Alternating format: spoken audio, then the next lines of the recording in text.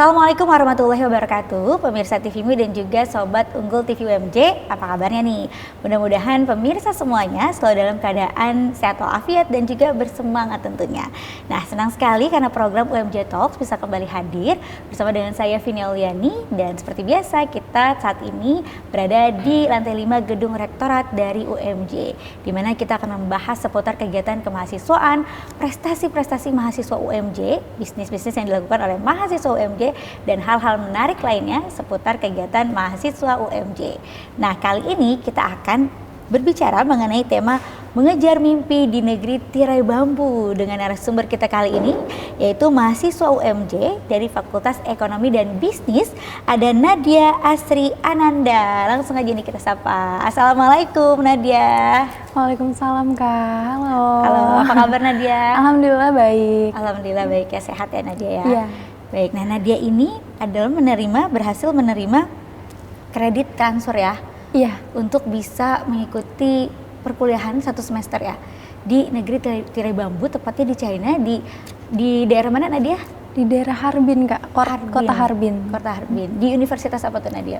Universitasnya itu namanya Northeast Forestry University. Northeast Forestry University. Oke, nah kamu kan ini jurusan Fakultas Ekonomi Bisnis. Di sana kamu juga mendapatkan jurusan yang sama? Iya betul, kalau di sana nanti perkuliahanku di Northeast Forestry University atau yang biasa kita singkat dengan NEFU. Nanti aku akan belajar di ibaratnya fakultasnya lah gitu ya, namanya itu International Trade and Business gitu, jadi kurang lebih sama dengan Fakultas Ekonomi dan Bisnis di sini. Iya, asik ya, dan ini lebih menantang karena membahas mengenai international trade, perdagangan internasional dan juga bisnis internasional. Ini which is ini relate ya. Iya betul. Nah, kita pengen tahu nih motivasi kamu ketika mengikuti itu apa sih yang utama gitu? Sebenarnya kalau ditanya motivasi gitu ya, nggak jauh-jauh dari ya aku pingin punya pengalaman baru gitu Kak. Pengalaman yang lebih menantang, gimana sih caranya kita tuh belajar tapi bukan di negara sendiri gitu. Karena kan pasti feel-nya beda ya, dan apa yang kita dapetin, experience dan lainnya tuh juga pasti beda kan kayak gitu. Itu sih sebenarnya yang ingin aku kejar gitu. Relasi, pengalaman dan hal-hal baru yang sebelumnya aku nggak tahu kalau misalnya aku terus-terusan ada di Indonesia gitu. Itu sih yang mau aku kejar gitu. Ya. Baik. Nah, ini kamu dapat informasinya dari mana nih? Kalau untuk informasi tentang beasiswa ICT ini, aku dapetin dari Kaprodiku, Bu Hasanah gitu. Jadi memang informasi tentang beasiswa ICT ini tuh dari KUI itu menyebar informasinya kepada Kaprodi lah gitu. Nanti dari Kaprodi itu menginformasikan kepada mahasiswanya gitu, siapa yang mau join nih gitu, nanti kita diseleksi dan sampailah aku di titik ini gitu sekarang. Baik, berarti kamu nih sekarang semester 7 dan akan siap-siap untuk menjalani perkuliahan kredit transfer ya? Iya betul. Di semester 7 ini ya? Iya betul. Baik, nah persiapan kamu nih apa nih? Persiapan kamu baik dari sisi akademis dan juga mental, seperti apa? Kalau untuk persiapan tentunya kalau untuk dibilang dari segi akademis, TOEFL itu penting ya Kak, hasil TOEFL kita, terus juga transkrip nilai kita, terus cycle examination kita, yaitu kayak rekam kesehatan lah kalau bahasa Indonesianya gitu. Jadi perlu diperiksa juga ya? Iya gitu, sempat sih kemarin aku udah periksa juga sampai di rongsen juga dan X-ray gitu-gitu, jadi memang harus lengkap gitu karena tentunya pihak China nggak mau dong nerima mahasiswa yang mungkin punya gejala apa dan segala macam gitu yang bisa merugikan negara mereka gitu. Sebenarnya basic sih Kak untuk persyaratannya gitu, dan kalau dari segi mental ya aku mempersiapkan dari segi bahasa sih gitu. Betul. Apalagi ini China ya yang sebenarnya buat aku pribadi masih sulit banget untuk memahaminya gitu, karena dari huruf Mandarin itu kan susah ya Kak untuk dipelajari sebenarnya, tapi ya itulah tantangannya gitu, karena kan ada orang bilang kalau misalnya kita mau mencapai suatu hal yang besar pasti kan usahanya juga harus besar gitu. Betul. Jadi aku mau mencoba untuk belajar bahasa yang sulit itu sih untuk lebih mendapatkan hal yang baru gitu di hidup aku gitu. Iya, itu berapa lama kamu mempersiapkan belajar bahasa China itu tadi? Kalau untuk bahasa China sendiri atau bahasa Mandarin ya, itu aku jujur belum terlalu fasih gitu, tapi untuk dasar-dasarnya bisa gitu, karena dari sejak SMA aku tuh belajar gitu, belajar bahasa Mandarin karena ada course-nya juga di sekolahku dulu pas SMA. Jadi sekarang tuh tinggal nge-build up lagi nih, ya kosakata dan segala macam gitu. Juga ya belajarlah dari sosial media, kan sekarang banyak ya konten kreator yang ngajarin bahasa dari sosial media gitu. Jadi kalau dibilang berapa lama belajarnya, sampai sekarang aku masih belajar gitu.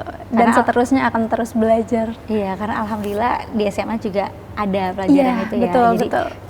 terus dipelajari itu. Boleh itu dong kita share ngomong bahasa Cina-nya. Satu gimana? kalimat aja kali ya kayak gitu. Misalnya kalau halo itu kan udah basic banget ya, ni hao gitu. Ni chao shi ma ming shi.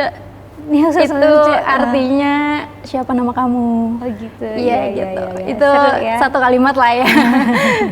Berarti kamu harus sering-sering praktis itu ya. Seru. Nah, kamu nanti berapa orang perwakilan dari UMJ? Perwakilan dari UMJ tuh ada 5 orang termasuk aku. 5 orang, itu dari satu jurusan FEB semua? Oh beda-beda, karena memang kan KUI itu kan menge-share informasi ini kan ke semua fakultas ya. Jadi semua mahasiswa tuh dapat kesempatan, dan kebetulan yang lolos itu nggak cuma dari FEB aja, ada yang dari administrasi publik juga ada, sastra Inggris juga ada gitu, pendidikan bahasa Inggris. Ya. Nanti mereka semuanya mengambil jurusan yang sama dengan kamu atau beda-beda juga? Iya betul, sama. Sama, berarti jurusan internasional, trade sama business ini ya. Berarti kamu yang alhamdulillah relate ya dari jurusan bisnis, ekonomi bisnis ini ya. Baik.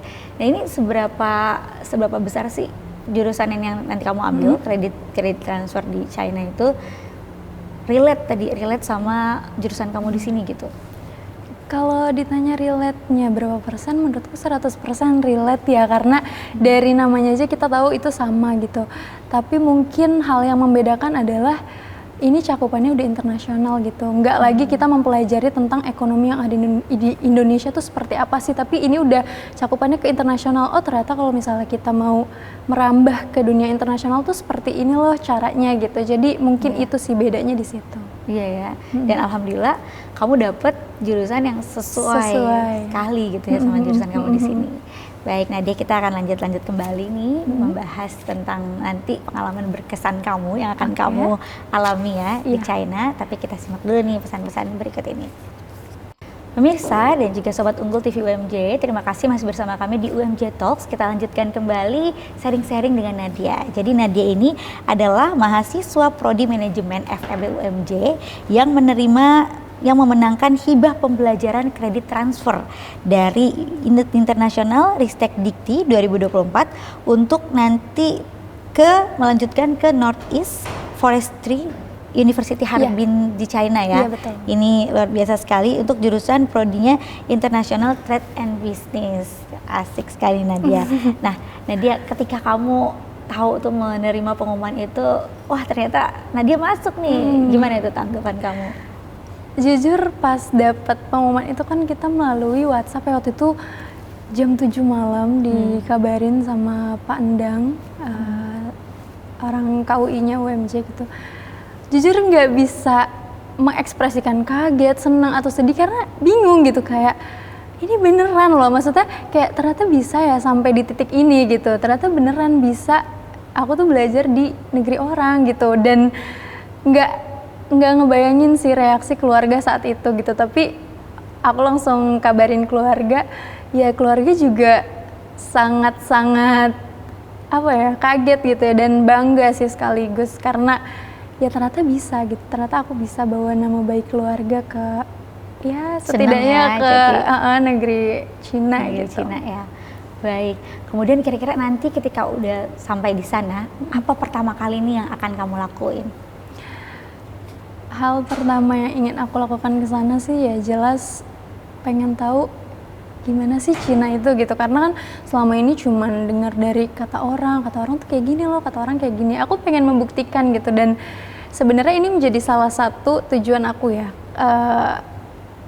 output lah setelah aku tuh belajar dari sana, aku tuh mau ngapain gitu. Nah salah satu outputnya ya aku tuh pengen nge-share pengalaman aku tuh melalui media sosial gitu. Jadi yang tahu tuh nggak sedikit gitu, nggak cuman kampus kita aja yang kayak oh ternyata Nadia ke Cina untuk belajar gitu, tapi semua orang bisa lihat itu di sosial media aku gitu. Makanya kalau misalnya ditanya aku mau ngapain setelah di Cina, ya aku mau mengabadikan momen di sana sih, dari setiap sudut, mau kampusnya seperti apa, orang-orangnya seperti apa, budaya dan lain-lain gitu. Banyak hal sih yang mau aku lihat gitu. Betul ya. Jadi orang lain juga bisa belajar dari pengalaman kamu, Iya, langsung belajar di negeri China itu tadi. Iya, betul. Betul, iya. Nah, kira-kira nanti ketika di sana kan tadi kamu bilang juga kan kalau nanti tentunya ada budaya yang berbeda dari segi makanannya juga gitu. Nah, persiapan kamu juga untuk menghadapi berbagai macam hal seperti itu, mungkin yang di luar prediksi kamu gitu, untuk menghadapi culture shock gitu kan, dan untuk bisa beradaptasi di sana nanti bagaimana? Karena kan di sana juga minoritas ya, minoritas Muslim. Betul. Ya. Satu hal pertama yang aku lakuin sih riset dulu ya Kak, karena sekarang media sosial tuh udah canggih banget gitu. Jadi informasi apapun yang mau aku dapetin tuh bisa sebenarnya sekarang di media sosial. Makanya aku tuh pertama hal yang aku lakuin adalah riset dulu nih. Budaya di sana tuh apa aja sih, apa yang harus dilakuin, apa yang harus kita persiapkan sebelum berangkat ke sana. Jadi kalau misalnya pun aku di sana mengalami satu hal yang baru, setidaknya aku udah pernah meriset dulu gitu. Oh ternyata ini loh yang aku cari tahu. Dan aku kan udah pasti ketika menonton konten orang-orang yang nge-share pengalaman tersebut kan pasti kayak, oh ternyata kalau kita menghadapi orang yang seperti ini harus begini gitu, solusi baiknya gitu. Jadi itu sih riset terlebih dahulu gitu. Jadi ketika datang ke sana kita nggak terlalu kaget gitu ya dengan budaya orang lain dan segala macam. Benar ya, jadi riset dulu ya, itu yang sangat penting sekali. Jadi kita sudah punya bekal nih ya, modal nih untuk nanti kita punya senjata ataupun juga antisipasi apa yang akan kita hadapi di sana nantinya. Iya, Betul. Nah, boleh cerita juga dong perjalanan kamu akhirnya bisa meraih itu, persyaratan apa saja sih yang dibutuhkan untuk kamu bisa mendapatkan hibah ini? Oke, kalau kita mau cerita gitu ya, menurutku kenapa sih aku bisa sampai di titik ini, karena bukan semata-mata apa yang aku upayakan untuk beasiswa ini sih Kak, tapi hal-hal yang udah aku lakukan sebelumnya, kayak misalnya aku aktif organisasi, aktif ini eksternal ya, organisasi eksternal, terus sering MC dan segala macam. Mungkin dari sana tuh ibaratnya terpupuk lah apa yang aku tanam, ya sekarang adalah waktunya aku menuai apa yang udah aku lakukan sebelumnya gitu. Jadi kalau misalnya ditanya cerita pengalamannya, ya menurut aku itu sih hal penting di hidup aku tuh adalah experience sebelum aku mendapatkan beasiswa ini gitu. Gimana sih caranya aku melangkah sampai akhirnya dipercaya untuk mendapatkan kesempatan ini di hidup aku gitu. Baik, gitu sih. Ya jadi ini adalah merupakan akumulasi dari pengalaman kamu ya, dan juga usaha kamu tadi untuk bisa aktif bersosialisasi, ikut organisasi, aktif MC juga ya. Iya betul. MC di acara apa aja? Kalau aku sih lebih seringnya di acara-acara eksternal ya. Jadi kalau untuk internal di UMJ itu memang jarang gitu. Cuman seringnya ya di eksternal gitu, event-event dari aku salah satu pengurus komunitas Kejar Mimpi. Jadi Kejar Mimpi itu tuh singkatnya kayak komunitas yang di bawah naungan CIMB Niaga gitu. Nah itu aku banyak menghabiskan waktuku di situ dan mengambil banyak pengalaman dari situ. Makanya waktu itu sempat juga diwawancara sama pihak UMJ yang untuk press release itu. Aku di situ udah bilang sih kayak kalau menurut aku titik pertama hidup aku tuh asalnya dari situ gitu, dari Kejar Mimpi by CIMB Niaga itu, karena ternyata aku tuh bisa dapetin banyak pengalaman yang di luar ekspektasi aku gitu, karena kita bisa langsung berbicara sama pimpinan CIMB Niaga, bisa dapetin kayak workflow-nya mereka tuh seperti apa sih gitu, kalau secara profesional tuh seperti apa sih, harus bagaimana sih bersikap kalau kita tuh menghadapi orang-orang yang memang sudah ahli gitu di bidangnya gitu. Dan itu banyak banget pengalaman yang aku dapetin dari mereka gitu, dari lingkungan tersebut, yang menurut aku itu pengalaman berharga dan titik awal hidup aku kenapa sampai akhirnya sekarang aku bisa dikasih kesempatan seperti ini. Jadi gitu, dengan ikut kegiatan itu kamu jadi lebih berani dan percaya diri ya? Iya betul. Baik, bagus sekali, seru sekali. Nadia, kita akan lanjut kembali, tapi kita jeda sejenak terlebih dahulu. Kita lihat dulu yang mau lewat berikut ini. Pemirsa dan Sobat Unggul TV UMJ, kembali lagi di UMJ Talks. Kita lanjutkan kembali bincang-bincang dengan Nadia. Nah Nadia, itu tadi kan kamu ternyata juga banyak ya kegiatan eksternal di luar kampus. Kalau di kampus sendiri selain perkuliahan kamu ada ikut kegiatan apa nih? Kalau di kampus sendiri, aku di semester awal sih Kak, ikut himpunan mahasiswa manajemen gitu. Di situ juga aku banyak belajar sih kalau ternyata tuh sistem di pendidikan gitu di Universitas Muhammadiyah Jakarta tuh kayak gini, baiknya seperti ini. Jadi memang karena kan di himpunan mahasiswa manajemen itu ada bidang penelitian dan pengembangan ya, jadi aku belajar banyak juga. Ternyata oh seperti ini loh sistem yang baik di UMJ tuh seperti ini gitu-gitu sih. Baik, iya. Nah, seberapa besar sih kalau menurut kamu UMJ ini juga berkontribusi dalam diri kamu untuk terus berkembang dan berprestasi?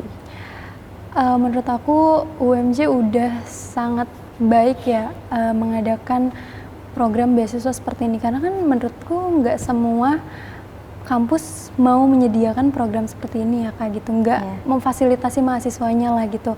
Tapi aku sendiri tuh bisa merasakan dampak nyata gitu kalau UMJ itu beneran unggul gitu, dengan bukti nyata kalau ya UMJ memberikan kesempatan bagi semua orang untuk semua mahasiswanya lah untuk merasakan program beasiswa ini gitu. Sampai aku tuh sempat di titik dimana bertanya kayak, emang mahasiswa tuh bisa ya dapet beasiswa ke luar negeri gitu, tapi ternyata UMJ membuktikan itu kalau bisa loh mahasiswa UMJ swasta itu tuh bisa dapat beasiswa ke luar negeri gitu. Jadi bangga sama UMJ sih karena sangat-sangat memperhatikan kualitas mahasiswanya gitu. Iya, dan ternyata akhirnya kamu jadi one of them ya, yang menerima beasiswa itu gitu dari UMJ, betul. Dan membuktikan bahwa benar nih keunggulan yang dirasakan ya. Iya, betul. Baik. Nah, kira-kira nanti harapan kamu apa dengan kamu mengikuti program ini, kredit transfer di sana untuk akademi kamu ke depannya dan juga nanti karir kamu ke depannya? Kalau untuk harapan tentu yang paling dekat dulu ya Kak.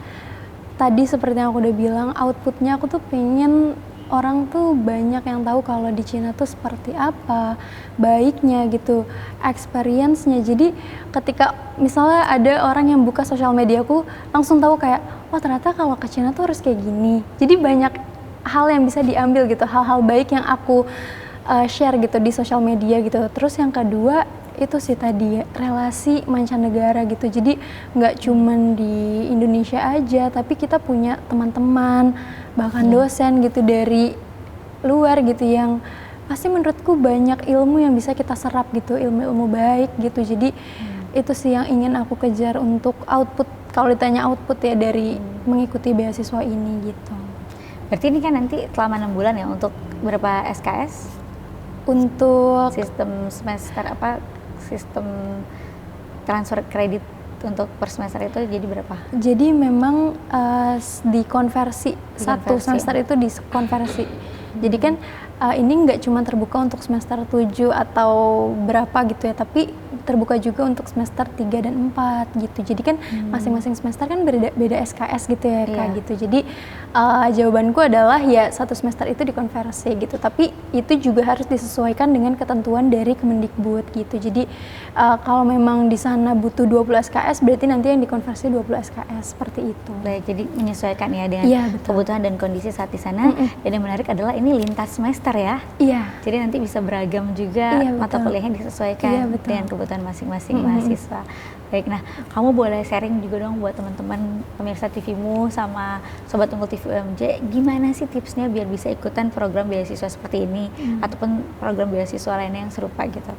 Menurut aku hal penting ya, jangan berhenti untuk melakukan hal-hal bermanfaat aja sih Kak gitu. Kayak hal-hal bermanfaat di sini maksudnya ya untuk kayak gimana ya, ikut organisasi, jangan berhenti sosialisasi, karena orang tuh bisa percaya sama kita kalau misalnya kita tuh menunjukkan sisi penting di diri kita gitu. Kayak oh ternyata kalau misalnya kita diam gitu, orang tuh nggak bisa tahu kalau oh ternyata orang ini tuh bisa seperti ini gitu ya. Tapi ketika kita bersosialisasi, kita menunjukkan nih sisi kita tuh yang sebelumnya orang lain tuh nggak tahu gitu. Kayak misalnya aku sebelumnya tuh sangat-sangat menganut prinsip hidup tuh slow living Kak.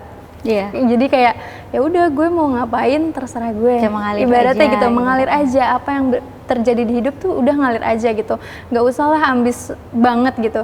Tapi setelah aku mencoba bersosialisasi lagi-lagi dari komunitas gitu, aku sadar kalau orang lain tuh nggak akan bisa tahu mutiara yang ada di dalam diri lo kalau lo tuh nggak nunjukin. Betul, ibaratnya gitu. iya. Jadi kenapa tadi aku bilang jangan berhenti bergerak gitu ya, karena dengan seperti itu orang lain tuh jadi tahu kalau oh ternyata dia tuh emas aslinya gitu. Betul, Karena iya. kalau kita nggak nunjukin nggak kelihatan Nggak akan kan tahu kayak gitu. orang lain, iya. Jadi itu sih yang mau aku tekankan, jangan berhenti untuk bersosialisasi dan melakukan hal-hal yang baik di luar kampus terutama gitu, karena biar banyak orang lain tuh tahu ternyata diri kita tuh lebih bervalue gitu daripada yang mereka kira gitu. Betul, jadi kita justru harus menunjukkan skill kita, kemampuan kita dengan bersosialisasi itu ya. Betul. Dan juga perlu punya ambisi juga, semangat gitu loh. Iya, Jangan, betul. kalau slow boleh, tapi juga jangan terlalu enak dalam kenyamanan mungkin Iya ya. betul, makanya setelah Iya. setelah ini berubah gitu, aku jadi paham kayak oh ternyata slow living itu baik, tapi kalau kita keterusan kita nggak akan bisa mendapatkan hal baru di hidup kita gitu. Jadi setelah ini aku jadi merasa oke, berarti gue harus hidup setiap harinya tuh harus ada hal baru ya, gitu. ada hal baru, harus ya. ada hal baru yang aku tahu gitu. Oh ternyata seperti ini gitu. Jadi pengennya setiap hari harus ada hal baru yang dipelajari sih. Baik, kamu baik dalam proses kamu kuliah dan juga meraih mimpi-mimpi kamu, pernah nggak kamu menemukan suatu pengalaman tantangan hidup ataupun juga pengalaman yang berkesan gitu, yang itu tuh merubah hidup kamu, pandangan kamu, dan akhirnya kamu dapat solusi dari situ tuh apa? Pelajaran di hidup aku yang paling berkesan gitu. Yang paling berkesan ya? Yang paling berkesan jujur ini sih Kak gitu.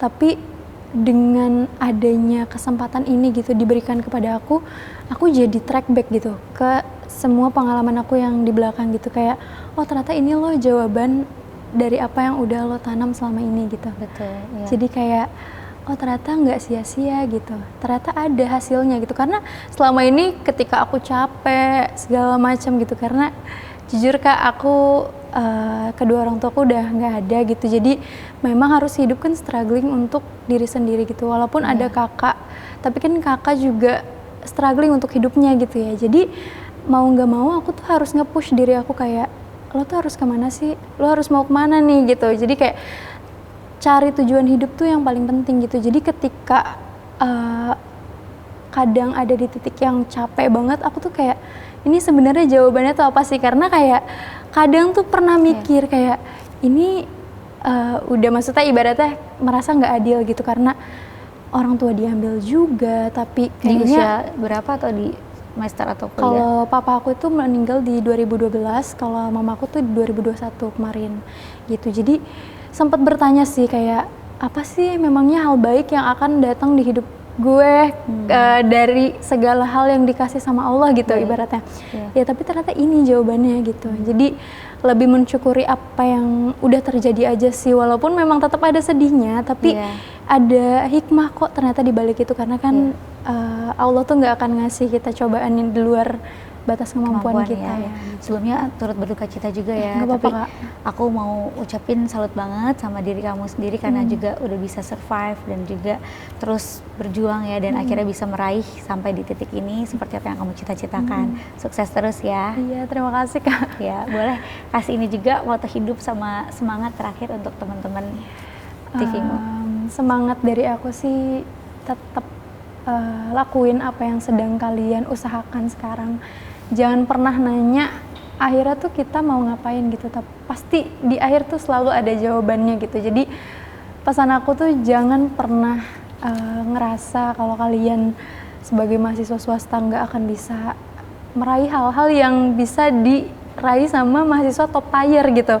Karena kita semua punya kesempatan yang sama, jadi jangan pernah berhenti untuk melakukan hal-hal baik di hidup kita sih. Baik, keren sekali Nadia. Sukses selalu ya Nadia ya. Dan juga terus pokoknya terus semangat untuk mengejar mimpi. Oke, terima kasih ya Kak. Ya, sama-sama.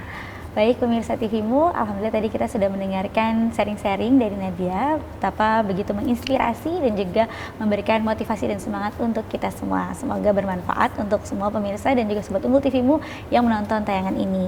Dan kita sudah sampai di penghujung acara ini. Terima kasih telah membersamai kami. Saya Vini Auliani, juga bersama dengan Nadia, serta seluruh kerabat kerja yang bertugas, kami mohon pamit undur diri. Sampai jumpa di lain kesempatan. Wassalamualaikum warahmatullahi wabarakatuh.